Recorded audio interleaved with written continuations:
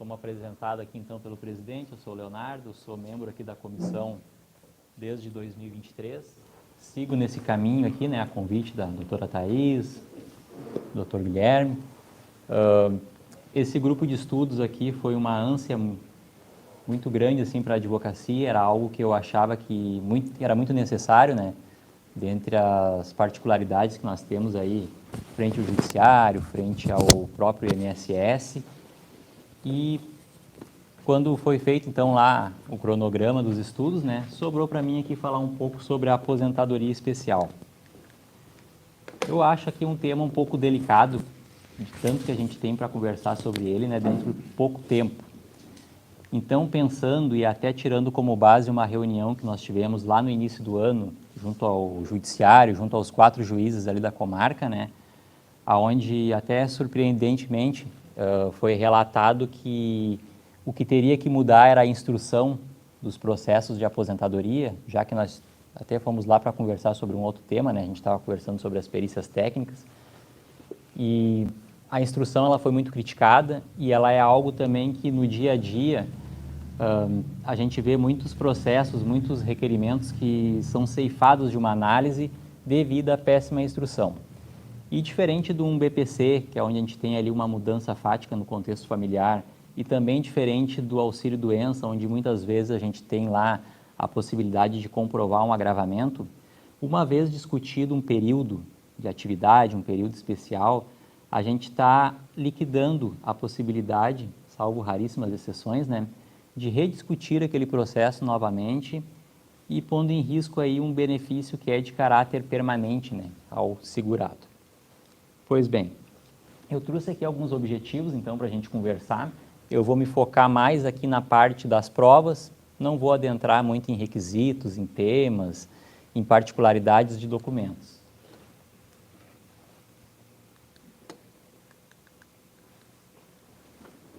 Gente, eu vou me levantar aqui porque eu ficar sentado aqui, eu penso que eu estou de castigo.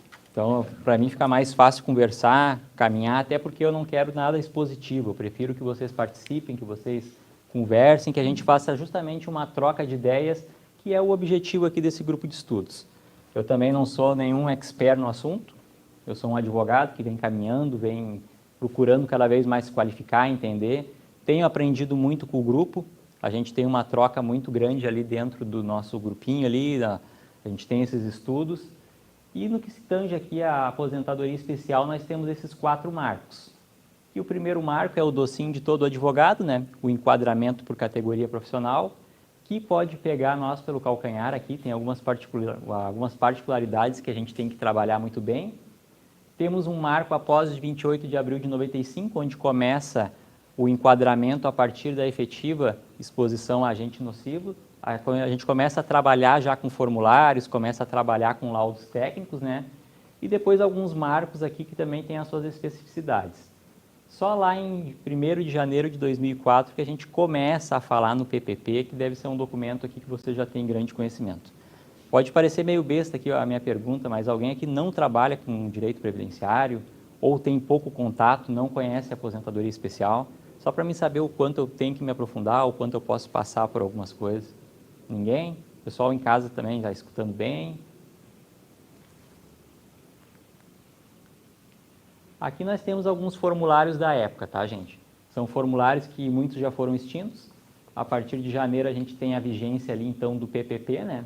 Com embasamento por laudo técnico. E como eu disse, né, o primeiro marco ali da categoria profissional, a gente tem aqui justamente a dificuldade, às vezes, de uma prova que não vem pronta.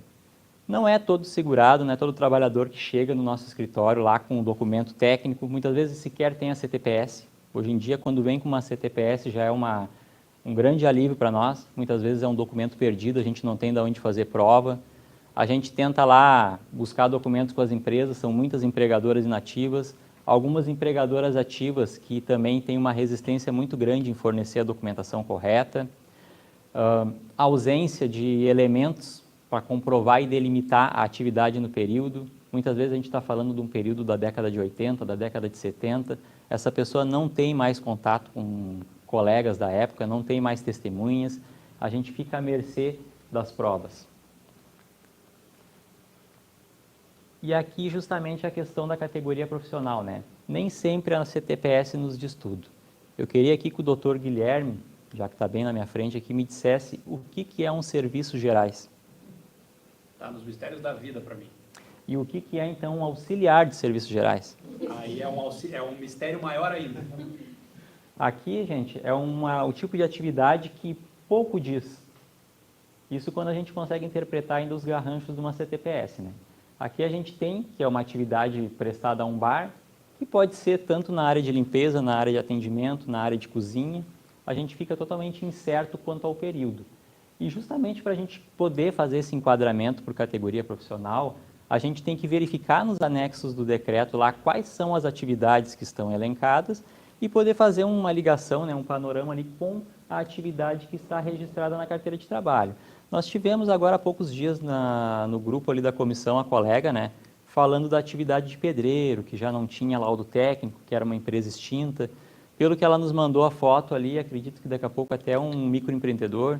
Muitas vezes a construtora, uma forma concreta de se dizer, né, se reveste lá de uma Ipanema e de uma caixa de ferramentas.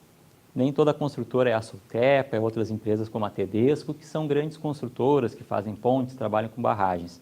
E foi justamente a grande dúvida dela, porque ela tinha ali consignado na carteira que era uma atividade de pedreiro, mas os decretos lá nos pedem uma exigência maior, eles botam a profissão dentro de um ramo específico da exploração da atividade. E muitas vezes esse delineamento técnico, já que a gente não tem documentos do período, a gente não tem laudos, a gente não tem nenhum tipo de formulário, tem que ser feito por prova testemunhal.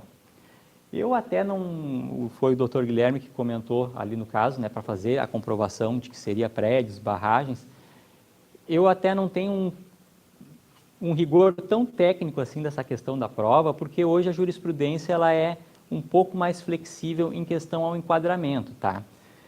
Eu não sou muito fã dos juizados, eu não aconselho que ninguém ingresse com aposentadoria nos juizados, né? O Jeff, como a Vitória diz lá no escritório, né? Já entrei ferrado, é tu que diz isso aí. Então, é muito difícil porque a gente tem ali uma limitação de recursos, a gente tem uma limitação ali de técnicas para a gente conseguir, muitas vezes, superar alguma discussão. Então, aqui é o que eu já até mencionei, né, gente? São nomenclaturas amplas, nomenclaturas vagas, falta de coerência, muitas vezes, entre a função que está registrada na carteira de trabalho e o ambiente laboral da empresa, uma dificuldade de identificar se a atividade realmente corresponde ao que está previsto lá nos anexos do decreto. E aí a gente tem algumas soluções, muitas vezes um olerite, né? A gente pode pegar ali também a reconstrução do ambiente por prova indireta, o que hoje em dia é muito resistido pelos julgadores. A questão da testemunha eu já falei e vou falar um pouco mais lá na frente, né? E a questão aqui da flexibilidade, tá? Justamente a TNU, ela nos dá um parâmetro aqui que é necessário que o órgão, quando ele vai fazer o cotejo de uma atividade que está na carteira de trabalho e a gente vai fazer esse enquadramento, que seja pelo menos ali um pouco mais fundamentado sobre a questão da atividade que o segurado realmente exerce e aquela atividade paradigma. Então, aqui, o que esse julgado está nos direcionando? Ele está nos direcionando justamente a fazer uma prova complementar. A gente tem ali a carteira de trabalho, muitas vezes com uma atividade de pedreiro, e não certeiramente aquela atividade ela vai ser enquadrada pela categoria profissional. Muitas vezes, mesmo essa atividade sendo antes de 1995, o julgador vai fazer o enquadramento com base em algum agente nocivo. A gente tem, no caso do pedreiro, por exemplo, álcalis cáusticos. Temos aí o pessoal que trabalha na indústria curturmeira, que é trabalhos com couro, na indústria calçadista, que tem hidrocarbonetos nas colas que estão presentes em toda a extensão do ramo fabril do calçado. Então, essa é uma confusão muito comum. Muitas vezes a pessoa, olha, essa minha atividade aqui eu vou enquadrá-la para categoria profissional. Não, não vai. A gente tem ali um indício de atividade, mas se ela não estiver correspondente ao que está lá no decreto previsto, a gente vai ter que fazer daqui a pouco um outro meio de prova para tentar comprovar ela pela submissão a agente nocivo. E aqui é justamente um julgado que é muito comum, tá? A gente tem hoje, graças a Deus, no TRF4, um entendimento, uma compreensão um pouquinho mais ampla, e em atividades curturmeiras, atividades da indústria calçadista, a gente sempre tem esse entendimento de que é uma atividade que submete, mesmo quando são cargos genéricos, ajudante, polivalente, o próprio auxiliar de serviços gerais, são pessoas que estão ali na frente do ramo fabril e que estão submetidas a todas as etapas do processo de fabricação daquele produto e, em decorrência disso, submetidas a ruído, submetidas à cola, aos próprios agentes que fazem a composição dessas colas, né, os hidrocarbonetos. Até aqui, pessoal, questão de categoria profissional. Categoria profissional, ela é, como eu disse, ela é um doce, mas ela pode pegar a gente também, muitas vezes, despreparado. Eu tenho um caso hoje, lá no escritório, que é um cliente que a gente aposentou ele por idade em 2002. Ele tem um requerimento de 2019, né? Nós estamos tentando retroceder, né, a DIB dele, a DER. E ele fez atividades de carpinteiro durante praticamente toda a vida laboral. Até 95 eu tentei fazer o enquadramento dessas atividades pela categoria profissional, justamente para tentar fugir dos efeitos financeiros que hoje a gente está submetido lá no tema 1124. Claro, o INSS recorreu, né? O TRF confirmou a exposição aos agentes, confirmou a sentença ali, enquadrou todos os meus períodos, mas submeteu a questão dos efeitos financeiros justamente à espera da decisão lá do tema 1124. Foi a doutora Ana Paula de Boyle, ela é uma juíza interina, né? Ela não é desembargadora, ela estava na sexta turma como uma juíza interina, e eu justamente ingressei com embargos, eu estou esperando ainda o desfecho desses embargos, porque eu quero que ela se manifeste expressamente para dizer se os meus períodos foram de fato enquadrados só com base no agente nocivo, né? Que ali no caso eu utilizei as poeiras do ramo da madeira, né? Ou se essa atividade ela pode sim ser considerada por categoria profissional, porque se eu reconhecer aqueles períodos antes de 95, o meu cliente está dentro. E eu vou conseguir pegar todos esses valores, né, retroagir a DIB dele e pegar todos os valores financeiros que seriam-lhe devidos, né, desde o primeiro requerimento de 2019. Então a gente tem que ter muito esse cuidado, às vezes, que a gente bate o olho na carteira e olha, é marceneiro, é pedreiro, é trabalhador com couro, mas a gente tem que verificar se realmente aquele período ele vai de fato ser enquadrado por categoria profissional ou se daqui a pouco a gente tem que fazer um trabalho para verificar se não vai comportar um enquadramento por agente nocivo. Então esse detalhe ele é muito importante. Até a questão do EPI eu até nem ia entrar muito, né? Até 98 a discussão é displicente, não é necessário a gente trazer à tona a discussão do EPI.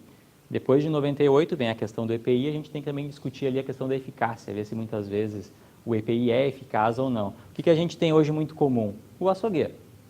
O açougueiro ele entra diariamente ali na câmara fria, é aquela jaquetinha surrada que está lá na porta da câmara fria, lá que é para todo mundo, mas aquilo ali não protege o pescoço, não protege as pernas, não protege a cabeça, e daí se acha aquilo ali que é suficiente. Muitas vezes ainda se coloca aquilo ali no PPP, se coloca como que tem eficácia, e daí a gente tem que estar muitas vezes brigando ainda perante o judiciário para fazer a desconsideração ali daquele equipamento que não tem serventia nenhuma.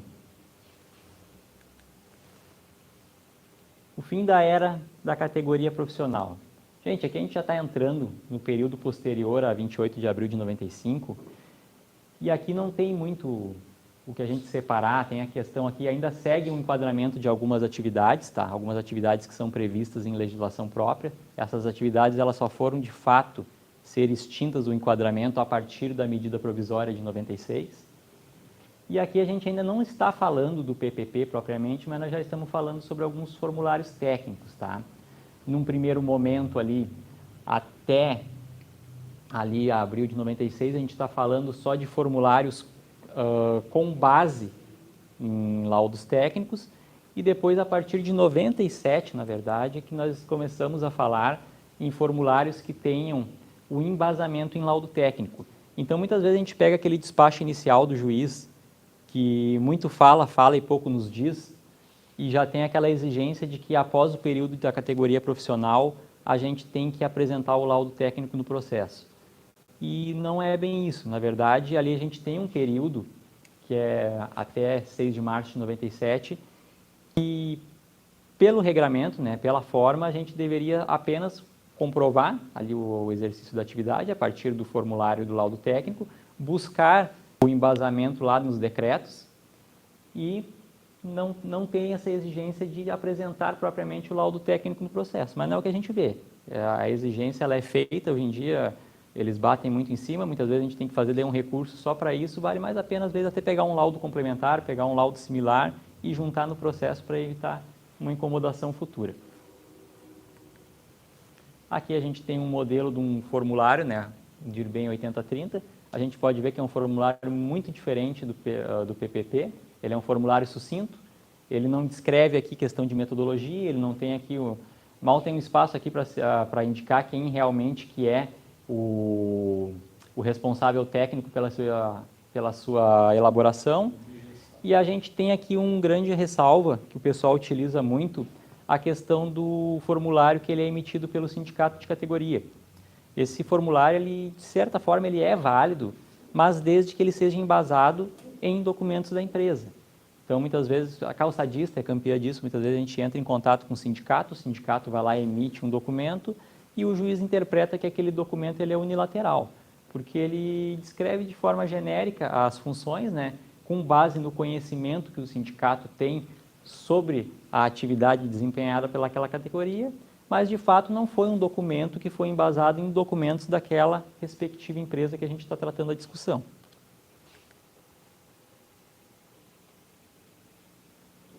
Aqui a gente tem os novos marcos temporais, que é o decreto 2172 de 97, né, onde passa de fato a exigir que os formulários sejam embasados por laudo técnico. Então a gente tem o período ali de 29 de abril de 95 até 6 de março de 97, que é um hiato que não tem essa exigência formal, mas a gente vê ela na prática. E aqui a exigência propriamente dita. A partir do decreto número 3048, a gente tem ali os requisitos que antes estavam naqueles primeiros decretos reguladores, de 1964. Só voltar aqui que tem uma questão aqui. A exposição ao agente nocivo deve ser habitual e permanente. Será mesmo que ela deve ser habitual e permanente? Eu justamente faço o questionamento, tá, gente? Porque a gente vai falando, às vezes, termo técnico, vai falando em PPP, e muita gente não sabe nem o que é isso. Muitas vezes, sequer a empresa sabe o que é um PPP. A gente pergunta lá, a gente faz o pedido, o próprio empregador não tem conhecimento de qual é que é o documento. Voltando aqui à questão da habitualidade, tá? Será que todo agente nocivo, ele realmente deve ser de forma habitual, deve ser aquela presença constante no ambiente de trabalho para a gente ter o reconhecimento? E aqui, justamente, eu estou falando da questão do frio, que eu já dei o exemplo aqui, né? A gente não tem que submeter, justamente, aquele trabalhador a uma exposição contínua. Ninguém vai trabalhar o dia inteiro dentro de uma câmara fria, mas o próprio ingresso e saída nessa câmara fria, ali em várias etapas do processo, né? Quem é gaúcho aqui, o Cássio está ali, o Cássio é um grande assador de carne, ele é daqueles que vai lá no açougue lá e olha para as carnes do balcão e não aceita nenhuma, manda o cara ir lá na câmara fria buscar a carne, assim como ele deve ter mais uns 4 ou 5 xarope durante o dia que faz a mesma coisa, né? E aquele trabalhador vai lá, entra, muitas vezes não coloca o EPI e acaba tendo um contato, não permanente, mas um contato ali mais eventual com um agente nocivo. Mas a gente já tem a compreensão, né, ali dos juizados, das turmas previdenciárias do TRF4, que esta permanência ela não é exigida. E assim também é com algumas outras atividades, como, por exemplo, o benzeno, que é uma composição química lá que está presente na gasolina.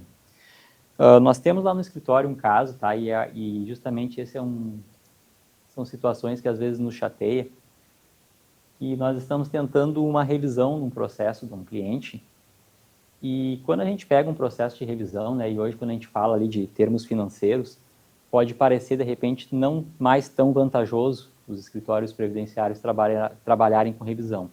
Porque antes passava um cliente querendo uma revisão, só faltava a gente agarrar no colo. A gente tinha ali a possibilidade de aumentar a RMI do cliente e também de pegar todos aqueles valores atrasados que ele teria direito, aquelas correções. Hoje, falando de efeitos financeiros, a gente já tem que verificar se tinham documentos lá no requerimento administrativo, se tinham documentos lá no primeiro processo judicial. Então, muitas vezes é um trabalho exaustivo. A gente vai lá, a gente olha 3, 4 requerimentos administrativos, a gente bota o CPF da pessoa lá no EPROC, lá tem 3, 4 processos, e às vezes a gente se depara com uma discussão que não estava embasada em provas, não tinha documentação suficiente e que mesmo assim foi levada a rodo pelo advogado que estava atuando na causa, e a gente tem um julgamento de mérito sobre aquele período. E aquilo acaba extinguindo o nosso direito de revisar ou rediscutir aquele período. No caso desse cliente lá do escritório, como eu verifiquei lá no julgado que foi extinto o processo, né, foi julgado o mérito, mas alegando ali que tinha ausência de documentos, eu tentei reabrir a discussão. Tá um trabalho um pouco difícil, são atividades de frentista. A atividade de frentista, quando eu vejo que foi discutida e foi perdido o enquadramento da atividade, eu fico muito chateado. Eu tive o ano passado, num posto de gasolina, ali de Canoas, para uma perícia técnica, e o perito desceu do carro, a primeira coisa que ele me disse é: doutor, o que nós estamos fazendo aqui? Eu disse: olha, tem uma perícia agendada. E ele disse: bom, eu vou colher a sua assinatura, colher a assinatura do seu cliente, e vocês ficam dispensados para ir embora, porque é óbvio que tem benzeno e é óbvio que o enquadramento aqui que eu vou colocar no meu laudo é benzeno. Não sei por que os juízes continuam determinando perícia em posto de gasolina. E aí, como é que eu explico uma situação dessa para o cliente que teve os períodos discutidos e não teve o enquadramento reconhecido? Aí nós chegamos à era do PPP. Os dilemas continuaram os mesmos, pessoal, só com mais formas. Agora são mais coisas para a gente verificar, são mais requisitos, são mais detalhes técnicos que o Fabrício vai nos trazer em uma nova palestra. Não vou entrar muito aqui no tema. O PPP, então, gente, a partir de 1º de janeiro de 2004, ele passou a ser o formulário padrão, o formulário do INSS ali para a gente fazer o enquadramento. Né? O que acontece? A gente tem vários probleminhas aqui com o PPP, algumas falhas que não foram corrigidas. Né? Inclusive aqui a própria questão da obrigatoriedade do PPP a partir de 1 de janeiro de 2004, ela diz respeito à emissão. Muitas vezes você entra em contato com uma empresa, por causa de um período lá da década de 90, da década de 80, e você pede lá a expedição, né, o envio do documento, e o empregador ali manda um textinho padrão dizendo: olha, eu não tenho que mandar esse documento, porque na verdade esse documento aí não era exigido na época. E de fato não era exigido, mas é que a emissão dele é que passa a valer de 1º de janeiro de 2004. Então, ele pode ser emitido para qualquer período. A obrigatoriedade da emissão, sim, passou a constar a 1º de janeiro de 2004, mas não a abrangência dele a contemplar os períodos. Então, esse documento passa a ser o documento obrigatório para o enquadramento das atividades. Ali tem, em regra, todas as concentrações técnicas, né, que deveriam estar nos formulários e que também estão lá nos laudos técnicos, isso quando existentes. E ele faz a substituição, então, dos formulários antigos. A expectativa versus a realidade, né? E aqui é justamente o que eu já venho dizendo. As negativas do empregador em fornecer o documento, o excesso de confiança dos julgadores naquele documento que ele é emitido de forma unilateral pela empresa, PVPs incompletos, genéricos, com dados contraditórios, informações divergentes quando existente um laudo técnico, preenchimento com base em laudo técnico extemporâneo, eu vou falar sobre isso aqui depois, campo de EPI preenchido como eficaz sem critério técnico, o grande exemplo que eu dei aqui do açougueiro, utilização de metodologias diversas. Hoje a gente tem uma complicação em questão do ruído. Até então, quando surgia um ruído, era a nossa felicidade. A gente olhava assim: nossa, o ruído é acima de 80, é acima de 85 decibéis, está feito, está enquadrado o processo. Daí foi que sobrestaram um tema, foram lá, passaram a exigir outras metodologias. Já não se aceita mais dosímetro, tem que ter lá o NHO. Então, é mais uma coisa que a gente tem que estar, muitas vezes, pedindo retificação para a empresa. A própria empresa não entende por que a gente está pedindo a retificação, às vezes manda de volta para o responsável técnico, devolve para nós o documento com o mesmo erro, e é um problema grande. Resistência na aceitação para a prova complementar. Muitas vezes você apresenta ali o PPP, apresenta ali o laudo técnico, questiona sobre aquelas informações que estão ali e o juiz simplesmente indefere porque ele entende que já está ali apresentado um documento com critérios técnicos, com um responsável legal. O que fazer, né, gente? Hoje eu vejo muita inclinação dos juízes direcionando toda a discussão para a Justiça do Trabalho. Muitas vezes a gente quer questionar um documento, a gente quer questionar ali alguma informação que está registrada, e eles entendem que aquilo ali é um ônus, né, um ônus constitutivo do direito da parte, que a gente tem que correr atrás, a gente tem que diligenciar junto com a empresa para promover essas retificações. Mas, de fato, nem sempre isso é possível. Justamente pela resistência que a gente encontra, a gente muitas vezes precisa de uma força ali, de uma mão do juízo para fazer um ofício, para fazer um deferimento de uma perícia técnica para confrontar essas questões. E aqui é justamente o que eu venho colocando. Ó. Existe a alternativa de uma ação de exibição de documentos. Qual é a efetividade disso? Eu vou entrar com uma ação contra a empresa, eu vou levar quanto tempo para discutir essa ação com essa empresa? Daqui a pouco eu vou entrar com uma ação aonde? Eu vou entrar no juízo do trabalho, eu vou entrar no juízo civil, onde é que eu vou entrar com essa ação? Até que eu consiga uma eficácia ali, a pessoa já faleceu, já não se aposenta mais. O que pode suprir aqui? O simples ofício judicial. A gente tem uma resistência muito grande, às vezes, ali, a gente está colocando dentro do processo, e eu tenho o costume de juntar já lá no processo administrativo, e até o Adriano citou uma vez algo interessante, ele trata o processo administrativo como se judicial fosse, né, inclusive com petição, e isso é uma regra lá no escritório, justamente para que a gente consiga ali dentro já do processo administrativo demonstrar que a gente fez todas as diligências possíveis para poder suprir a prova ou até mesmo a ausência dela. Então, eu junto os comunicados de e-mail que eu envio para as empresas com o retorno. Muitas vezes a empresa não retorna os e-mails, a gente tem que acabar partindo para o AR, tem que enviar a carta, levar aquele retorno ali. O próprio WhatsApp, embora tenha discussão se é válido ou não é válido ali a prova de print do WhatsApp, eu tenho juntado tudo dentro do processo. E muitas vezes a gente vai conseguir isso depois de 6, 7 meses discutindo dentro de um processo judicial. Porque daí você faz lá o pedido inicial, aquilo lá é um trecho, na verdade, que eu recortei não da minha inicial judicial, mas da minha inicial administrativa. Eu tenho o costume de fazer quadros com os requerimentos, com as provas, com os enquadramentos dentro do processo administrativo. Eu demonstro para o julgador que eu já estou pedindo aquele documento há muito tempo. O despacho inaugural é genérico. Geralmente diz que é a obrigação nossa, né, instruir o processo. A gente tem que fazer muitas vezes uma reconsideração, e aí depois de muito tempo de processo, ou às vezes 2, 3 pedidos de consideração, a gente consegue lá uma boa vontade de encaminhar um ofício ao empregador. Aqui é uma outra pedra no sapato, que é a prova pericial. Requerida quando o documento é inexistente, contraditório ou inverossímil. Pode ser designada de ofício pelo juízo ou requerida pela parte. Gente, se existe algo difícil, é conseguir uma perícia técnica hoje em dia. E muito disso em razão do alegado custo excessivo para o judiciário. Eu não vou falar aqui o que é um custo excessivo para o judiciário, porque eu sei que eu estou sendo filmado e depois isso aqui vai virar uma prova contra mim. Mas, enfim. O PPP é embasado por laudo técnico, logo não precisa. É tido como documento oficial, então assim presume-se a veracidade das informações que estão ali prestadas. O ônus constitutivo do direito pelo autor. A alegação de custo elevado em razão do deferimento da JG. Posso pedir na via administrativa?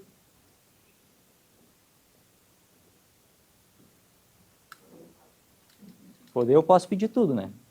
Ganhar já são outros 500. Tem previsão na inspeção, só nunca tem, mas tem previsão. Tem previsão de dispensão. Às vezes, muitas vezes, uma JA já é difícil, a gente faz o requerimento ali, se a gente não faz da forma correta, lá de fazer um pedido apartado de JA, a gente não consegue, é muitas vezes passado reto na via administrativa. Claro que a gente alega isso, né, gente, mas é algo que é com a questão hoje do INSS, a gente sabe a questão do déficit estrutural que tem a autarquia, a gente sabe que nunca isso vai acontecer. Mas a gente faz o pedido, a gente justifica, até mesmo porque tudo que a gente trabalha hoje no processo da aposentadoria especial é justamente tentando combater lá na frente a alegação dos efeitos financeiros. Hoje, muitas vezes, você consegue uma prova só em juízo e, no meu ver, isso aí vai ser uma complicação muito grande de você ter ali os seus efeitos financeiros limitados à citação do INSS num processo judicial, porque você não conseguiu fazer prova lá no INSS. Mas nem sempre é que a gente não conseguiu fazer prova no INSS, a gente foi obstado de fazer essa prova, não teve maneira de fazer. A gente tenta de todos os jeitos, lá no escritório a gente usa muito a RO, a gente já usa a RO também, não vou ser A gente precisa, muitas vezes, majorar o valor da causa para a gente conseguir também ingressar com o processo no rito ordinário. A gente não quer deixar o processo parado, o cliente lá perguntando se já está no pau, se já está nas mãos do juiz. Então, muitas vezes, a gente vai esgotando as vias administrativas, até mesmo para enxugar um pouco mais o processo, para levar a discussão um pouco mais enxuta para o judiciário. E aqui, de vez em quando, a gente logra êxito em conseguir alguma impugnação. Aqui é uma empresa de vidros aqui de Cachoeirinha. Essa perícia aqui, eu até estou bastante curioso porque o meu cliente morreu. Eu não sei como é que vai ser essa perícia, vai ser complicado. Eu já trouxe aos autos muitos laudos técnicos, laudos periciais, para delimitar a atividade, justamente para quando eu chegar lá na empresa, lá não me dizerem que o meu cliente trabalhava na Disney junto com o Pateta. Então, eu preciso delimitar justamente lá para que o perito avalie a atividade com base no que eu já tenho nos autos, com base no que eu já tenho descrito ali no processo. Aqui o PPP veio acompanhado de laudo técnico, há uma discrepância muito grande, inclusive com períodos com ruídos elevados, períodos com ruído um pouco mais abaixo, sem indicativa de que teve uma mudança no layout da empresa que justificasse aquela mudança de ruído ou até mesmo inibir aquele agente nocivo, né, que ali estava registrado. Então, quando a gente muito insiste, muito desenha isso num processo, né, coloca ali todos os pontos, assinala, traz laudo técnico, traz laudo pericial que foi feito na própria empresa lá e mostra essas divergências, a gente consegue o deferimento de uma prova técnica dessas. Aqui nós estamos lá na Petrobras, né, é uma atividade que todo mundo que conhece a Petrobras passa na frente e vê aquele foguinho, aquilo lá não é para bonito, aquilo lá não é detalhe técnico, aquilo ali é uma coisa que é obrigatória para que Canoas e Esteio continuem íntegras. Então, é uma atividade que tem ações fugitivas do benzeno para todos os trabalhadores que estão ali dentro, inclusive o pessoal que trabalha na parte administrativa. Eu nunca entrei, de fato, na Refap. Geralmente a gente faz a perícia naquela casinha que tem acima da portaria ali. O próprio perito, muitas vezes, é um engenheiro químico, chega para mim e diz, olha, eu trabalhei a minha vida inteira dentro do polo petroquímico, eu não preciso nem entrar aqui dentro para saber que tem benzeno. Então a gente já vai fazer aqui o laudo vai ter a conclusão de benzeno e é isso. E não tem eficácia, não tem EPI, justamente por ser um agente altamente cancerígeno. Está, inclusive, listado lá na LINAC. Aqui também tem a questão dos EPIs, você tinha falado dos EPIs. Muitas vezes a empresa alega ali no laudo no formulário PPP que tem equipamentos protetivos, tanto de proteção individual quanto os coletivos, que são eficazes, né? E a gente muitas vezes vai numa perícia, né, Cássio? E a gente vê lá o pessoal de bermuda, chinelo, camiseta, trabalhando sem nenhum equipamento. Esse é um grande exemplo, inclusive, do frentista, né? Alguém aqui já viu o frentista com luvinha? Com máscara? Não, a gente quando vê com um bonezinho é muito, né?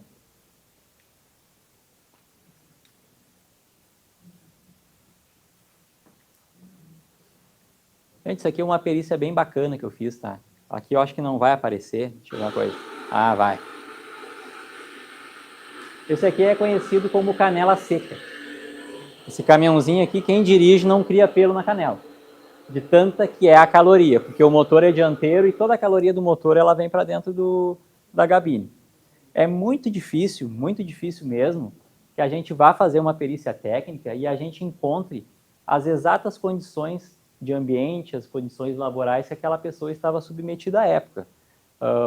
Eu e a doutora Jennifer, a gente fez um passeio na Vicasa, há um tempo atrás, a gente andou de ônibus, fizemos toda a linha de ônibus, puxamos cordinha, paramos, freamos, abria a portinha, fechava, o motorista lá com todo o equipamento para fazer a medição de vibração, de ruído, mas com um ônibus já com um motor traseiro, um ônibus mais moderno, porque é muito difícil a gente conseguir justamente o veículo que a pessoa trabalhou. E nesse caso aqui eu consegui o veículo que a pessoa trabalhou.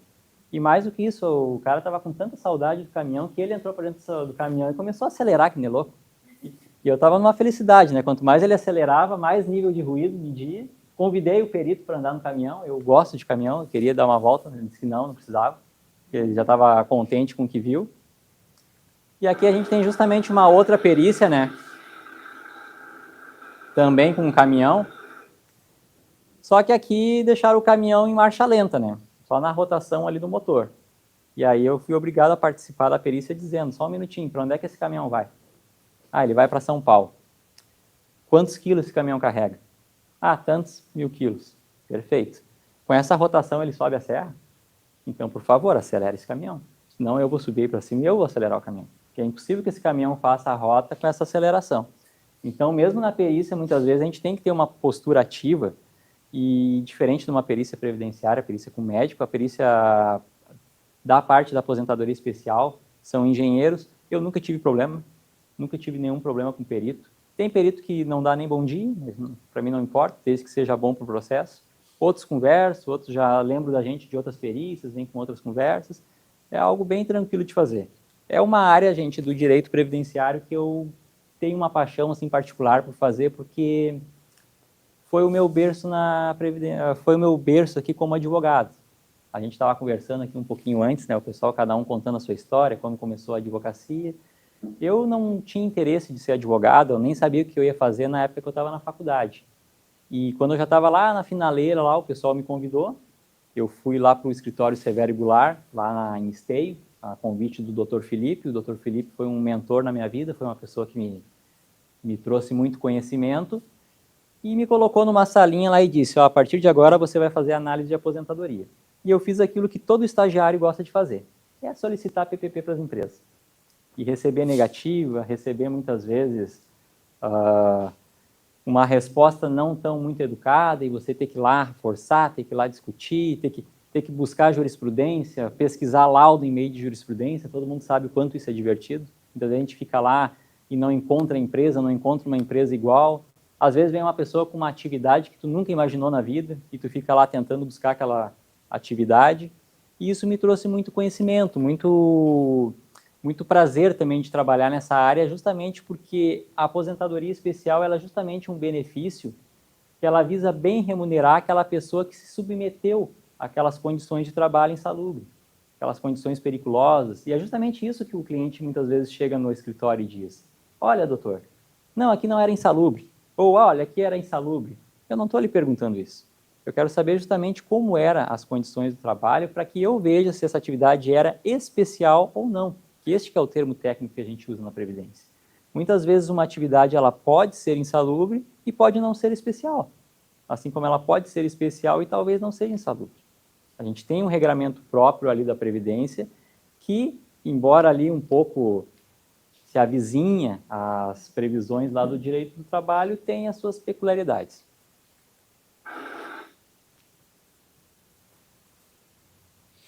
Aqui a coisa fica um pouco mais complicada, gente. A prova testemunhal.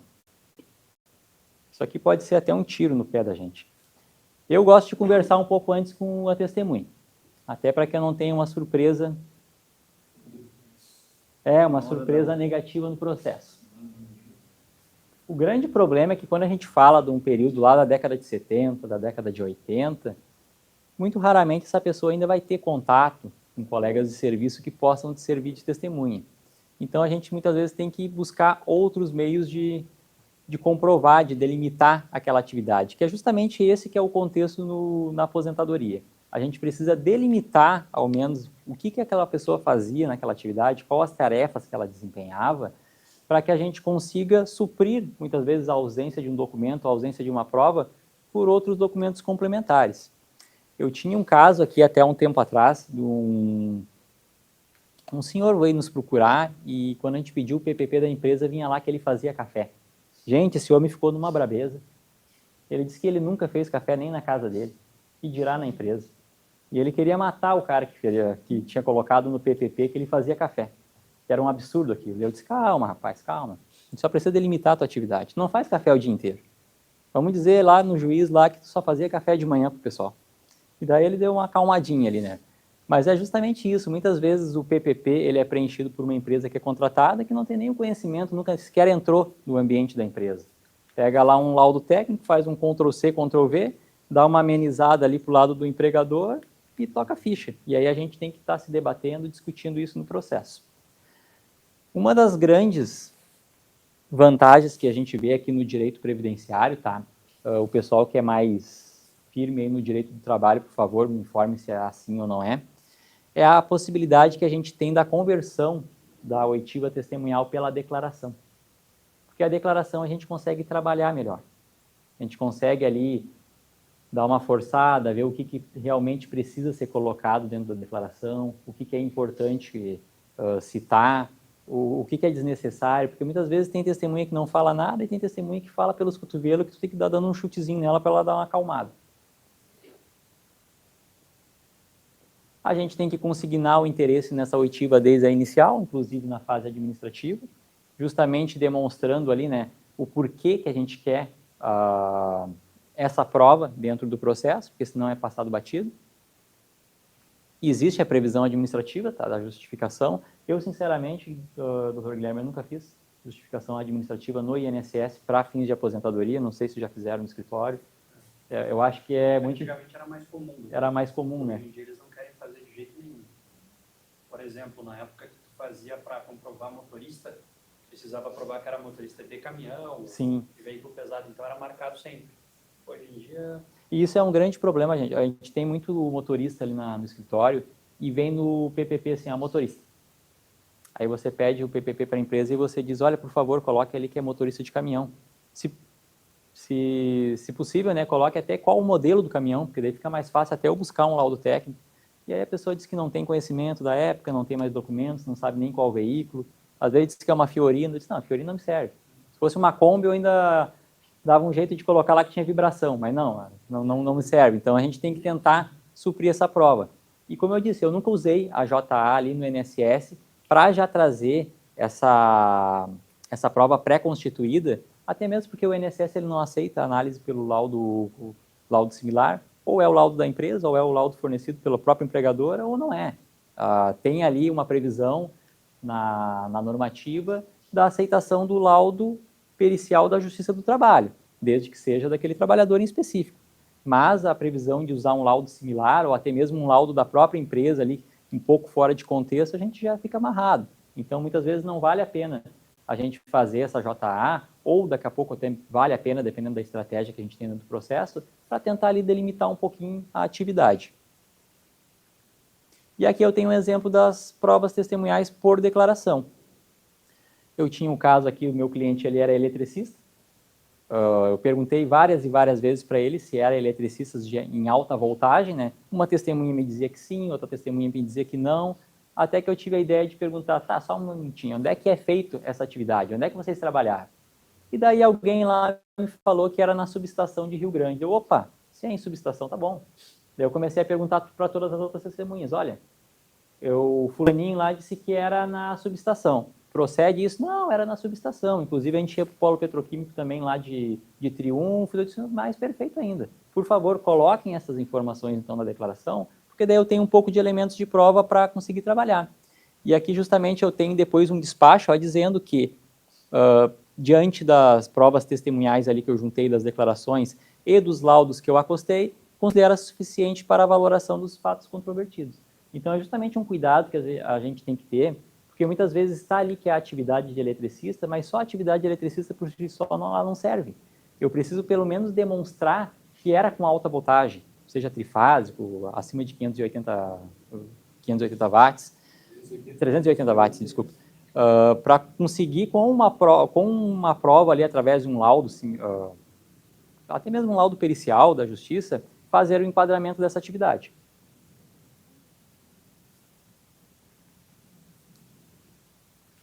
O cabimento da prova eu acabei já antecipando aqui, né? É para saneamento de documentação, quando é empresas inativas, inaptas, ausentes, suprir a ausência de documentos técnicos ou contemporâneos ao período, atividades não documentadas, mas notórias no desempenho da função.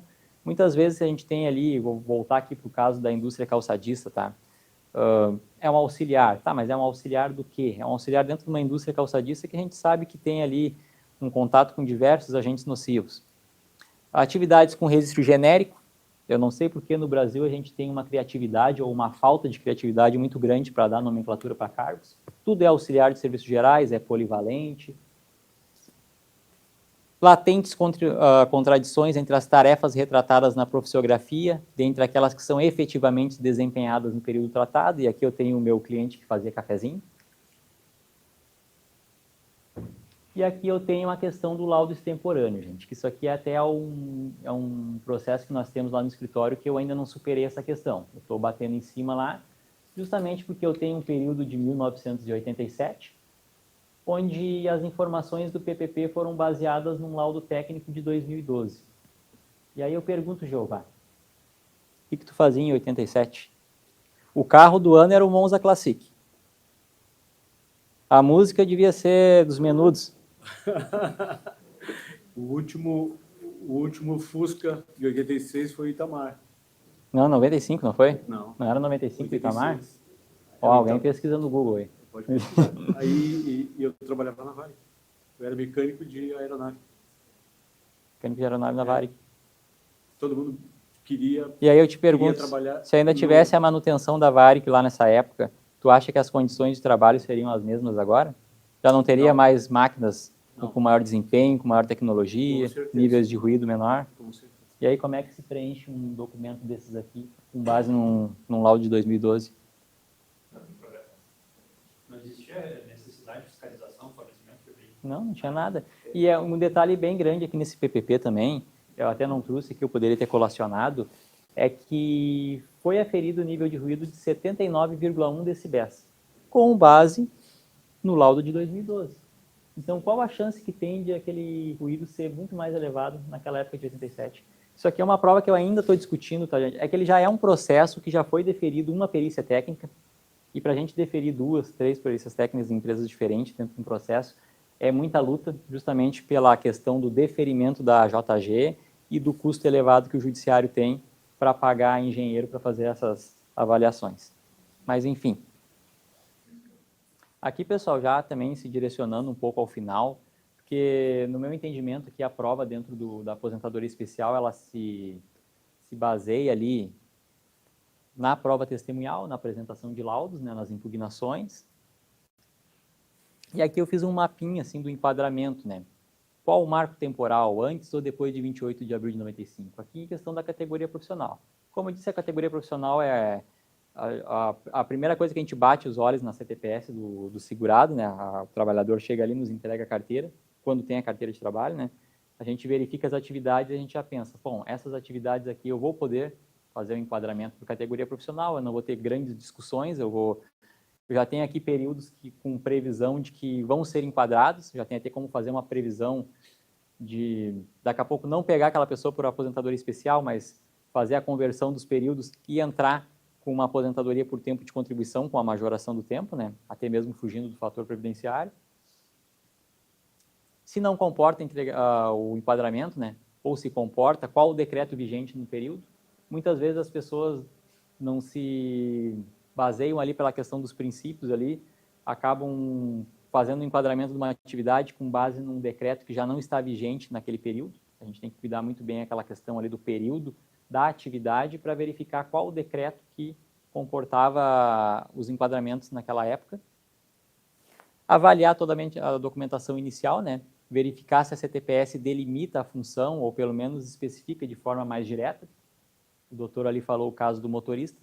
Muitas vezes a gente não sabe motorista do quê, não vem ali expresso motorista de caminhão, motorista carreteiro. A gente precisa muitas vezes entrar em contato com a empresa e tentar delimitar essa atividade.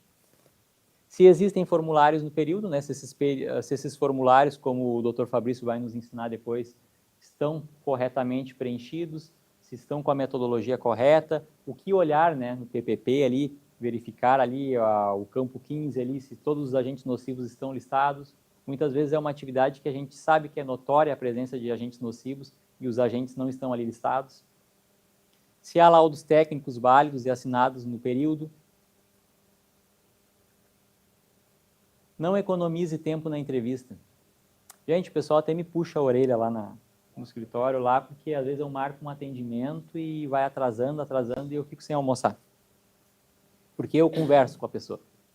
Eu quero saber bem o que ela fazia naquela época, o que ela fazia desde o momento que ela entrava na empresa. Porque tem cliente que não conversa, tem cliente que não nos relata, não fala muito sobre a atividade. E eu quero saber como é que era o ambiente, se era o pé direito alto, se era zinco, se era com pavilhão de brasilite, onde era a entrada, onde era a saída, onde ficava o maquinário, porque muitas vezes a gente vai identificando. o que seriam os agentes nocivos presentes dentro daquele ambiente laboral ali para a gente conseguir fazer a prova do enquadramento. Se possui contato com colegas de trabalho da época, é uma medida bem cautelosa, isso é algo que é de se pensar daqui a pouco até fazer uma JA no próprio INSS, ainda que seja inócua naquela instância ali, mas pelo menos para trazer um pouco mais de prova para o processo judicial. Se teve reclamatória trabalhista contra a empresa, às vezes é algo que a gente passa despercebido na questão da entrevista ali, e muitas vezes a gente tem um laudo bom, outras vezes a gente tem um laudo ruim. Teve uma cliente esses tempos que disse que teve uma reclamatória contra a SOU e eu fui quente, né? Eu disse, vai ter algum agente nocivo. Quando eu fui lá, não, era uma indenizatória porque ela adquiriu o síndrome do túnel do carpo. Daí não serviu para o processo. Se teve conhecimento de uma realização de alguma perícia na empresa, a empresa mesmo, agora que eu vou fazer a perícia lá da empresa de vidros, eu procurei, tem várias perícias lá, eu busquei muitos laudos, justamente como o meu cliente já não está mais entre nós aqui, eu preciso delimitar a atividade que ele fazia, para que a perícia não fuja muito do contexto. Instruir o requerimento com laudos similares, mesmo no processo administrativo. Eu tenho muito muito medo do que será decidido nesses efeitos financeiros do tema 1124. Eu não sei muito bem o que seriam a diferença entre documentos e elementos, né? O desembargador Paulo Afonso Brum Vaz, ele até faz essa diferenciação num julgado, né? Que o direito da pessoa está presente desde o momento que ela faz o requerimento e que muitas vezes esse direito ele não é comprovado por falta não de documentos, aliás, não por falta de elementos, mas por falta de documentos que de fato comprovem que aquela atividade é submetida a agentes nocivos, porque os elementos muitas vezes já estão presentes. E um grande exemplo que eu dou é que se uma atividade hoje não está mais inserida numa categoria profissional, mas que outrora ela estava presente naqueles decretos, isso já é um grande indício de que aquela atividade é nociva. Aquela atividade ela pode ter um contato ali com agentes nocivos que podem beneficiar o requerimento de aposentadoria dessa pessoa. Atentar quanto ao uso de fundamentação excessiva na esfera administrativa. Como eu disse aqui, a gente lá no escritório, a gente tem o costume de fazer uma inicial, fazer uma petição e direcionar ao INSS, fundamentado com normativas e de forma muito enxuta. Não adianta eu jogar lá que o STF entende de uma maneira, que o STJ entende de outra maneira, porque o INSS não vai dar importância para aquilo que está escrito ali. Muitas vezes, daqui a pouco, vai até passar pela minha inicial lá, porque não faz sentido nenhum. E muitas vezes, quando você coloca ali um trecho normativo, ou você pode colocar até um enunciado do CRPS, aquilo pode trazer uma clareza para o avaliador. Eu tento, na medida do possível, infelizmente não é sempre que isso dá certo, né? Verificar, inclusive, a ordem que eu coloco os processos que eu coloco os documentos dentro do processo administrativo, para facilitar para o analista, para que o analista pegue aquilo ali de bom tom e consiga enxergar de forma adequada, cronológica, ali todas as provas. Mas, às vezes, a gente está aí há 1, 2 anos tentando ainda conseguir um PPP com uma empresa. Então, muitas vezes, isso não é possível. Não é possível trazer todos os documentos já ali naquela instância. Consigne o interesse na realização de provas alternativas, como eu falei aqui, brinquei. Dá para fazer perícia técnica no INSS? Não dá. Mas a gente, não é porque não dá que a gente não vai pedir. Eu faço o pedido, faço o embasamento, digo ali que há indícios da empresa estar em irregularidade, peço muitas vezes oficiamento ao Ministério Público do Trabalho. Eu sei que não vai ser acatado, mas quando eu chego ali na instância judicial, eu já mostro para o julgador, olha, eu fiz esse pedido no INSS e é sabido, é notório o conhecimento de que o INSS não iria acatar. Então, eu preciso que agora, nessa instância julgadora, o meu pedido seja acatado, inclusive com meus efeitos financeiros retroativos ao tempo da DER, porque não é um prejuízo meu, não foi uma falta de interesse minha de fazer a comprovação da atividade, foi uma falta de possibilidade. Muitas vezes você está lá 1 ano com o processo no INSS, você vai para as juntas recursais lá para o CRPS, fica mais 1 ano, 1 ano e meio para ser julgado. Daí você vai ingressar, às vezes, para a via judicial, não fechou ainda o valor de causa. Tinha uma época que a gente fazia a malandragem de colocar o dano moral no limite do dano material, hoje isso aí já não está mais colando. Então, você tem que esperar mais 6 meses, mais um tempo, até majorar o valor da causa, e aí você já tem 2 anos de processo. Como é que você vai chegar lá na frente para o seu cliente e dizer, olha, conseguimos ali a aposentadoria, mas o senhor vai receber só a partir daqui. porque daqui para trás tudo que a gente fez não valeu. Isso sem contar a míngua dos nossos honorários, né? Faça bom uso da fundamentação, consigne o interesse na realização das provas alternativas. Na fase judicial, antecipe todas as objeções previsíveis. Gente, às vezes eu bato o olho no processo e já sei que o INSS vai recorrer. E essa semana eu até estava fazendo umas contrarrazões, eu tive que dar razão para o INSS, porque o juiz ele enquadrou períodos ali que eu não tinha prova. E ele foi ali um pouco no embalo da minha fundamentação. E o INSS recorreu e eu, agora como é que eu vou fazer contrarrazões disso aqui? Porque de fato o INSS tem razão. E aí muitas vezes, até para que a gente possa levar essa discussão no futuro, eu até faço um pedido subsidiário, quando eu estou muito mal de provas, assim, que é da extinção sem resolução do mérito. Porque daí pelo menos eu encerro a discussão daquele período e se amanhã depois surgir uma testemunha, surgir um documento, surgir alguma coisa que eu possa voltar à discussão daquele período, eu tenho ali aquele período em aberto ainda sem nenhuma análise de mérito sobre ele. Evite o rito do JEF, sobretudo em casos que exigem produção de prova pericial. Ali no escritório ali a gente não entra com aposentadoria nos juizados. Muitas vezes o cliente até questiona e a gente diz, olha, se o senhor quiser ir procurar um outro advogado, meus honorários até aqui é isso. Eu não entro com processo no juizado porque eu não tenho um agravo de instrumento para me defender de qualquer arbitrariedade. A limitação de competência, a restrição à instrução probatória, restrição de acesso às fases recursais, onde eu vou ter a análise de desembargadores, e não sejamos hipócritas, né? Não tem sucumbência. E aqui, gente, já finalizando, não se esqueçam do que ainda está em jogo. Eu tanto citei aqui o tema 1124 do STJ. Isso aqui vai pegar a gente legal. Eu não tenho dúvidas que é um tema que vai passar, porque se tratando de preservação do caixa da União, a gente tem aí já exemplos da revisão da vida toda, do FGTS e de outras coisas mais aí que estão nos mostrando que quanto mais limitado for os efeitos financeiros do segurado, melhor. Começou o grupo de estudo, que um advogado com a sua tese é apenas uma voz isolada. Vários advogados com uma tese bem construída e sustentada podem transformar esse entendimento em jurisprudência. Nada adianta a gente estar solitário lá batendo a porta do judiciário que a gente não vai conseguir nada. Agora nós, como classe unida, como estudantes eternos, podemos construir uma boa fundamentação aí e tentar, pelo menos, minimizar um pouco dos dilemas que nós enfrentamos aí no dia a dia da advocacia. Pessoal, muito obrigado pela participação, muito obrigado pelo convite, pela oportunidade de conversar aqui um pouco com vocês e trazer esse tema aí que para mim é um tema bem especial que a gente tem que ter muita cautela e muita destreza para conseguir driblar algumas situações.